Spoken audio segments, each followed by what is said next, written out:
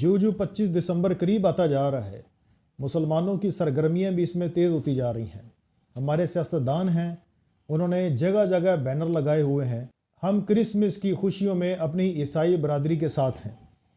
اور ہمارے جو بیکریوں والے ہیں، ہمارے مٹھائیوں والے ہیں، انہوں نے اپنی بیکریوں کے اوپر اور مختلف جگہوں کے اوپر بینرز لگا کر ان کے اوپر لکھا ہوا ہے کہ کرسمس کی خوشیاں مبارک۔ آپ کو پتہ ہے کہ اس کرسمس کے پیچھے عیسائیوں کا عقیدہ کیا ہے، عیسائیوں کا نظریہ کیا ہے؟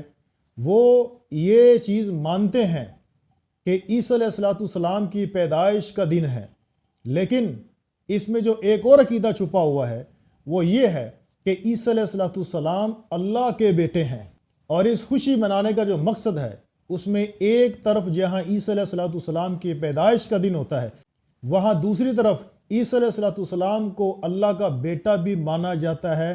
اور آج کے دن کے اندر عیسائی برادری کے اندر یہ جو رسم منائی جاتی ہے، یہ اللہ کا بیٹا ہونے کی رسم منائی جاتی ہے، اور ہم نادانی کے اندر، لا علمی کے اندر اپنی چیزیں بیچنے کے لیے، اپنی پروڈکٹ بیچنے کے لیے اور اپنی سیاست کو چمکانے کے لیے ہم کفریہ جملے بول دیتے ہیں۔ میں یہ نہیں کہتا کہ اس سے بندہ کافر ہو جاتا ہے، یہ تو علماء، یہ تو مفتیان کا کام ہے کہ آپ ان سے پوچھیں کہ یہ جو جملہ ہے، یہ ہیپی کرسمس، یہ میری کرسمس، یہ کرسمس کی خوشیوں میں ہم اپنے عیسائی برادری کے ساتھ ہیں۔